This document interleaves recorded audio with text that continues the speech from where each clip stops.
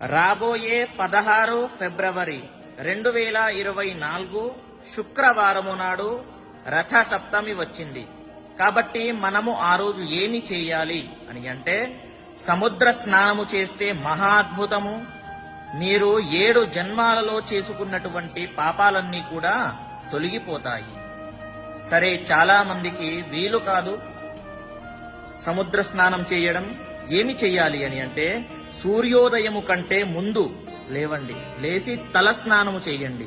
తలస్నానము చేసి సూర్య భగవంతునికి ఆహ్వానించి మనస్ఫూర్తిగా అతనికి నమస్కారము చేసుకోండి. ఆ రోజు చాలా సాంప్రదాయాలు ఉంటాయి. ఇంటి ముంగల రథము యొక్క ముగ్గు వేస్తారు, సూర్య భగవంతునికి పూజిస్తారు.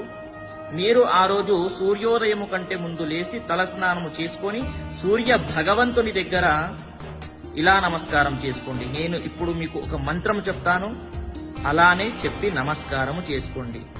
ఓం సూర్యారిష్టేతు సంప్రాప్తే సూర్య పూజాంచ కారయేత్ సూర్య ధ్యానం ప్రవక్ష్యామి యజమానస్య ఆత్మ పీడోప శాంతయే అనేటటువంటి మంత్రాన్ని చెప్పుకొని సూర్య భగవంతునికి నమస్కారము చేసుకోండి. స్వస్తి, సర్వే జనాః సుఖినో భవంతు.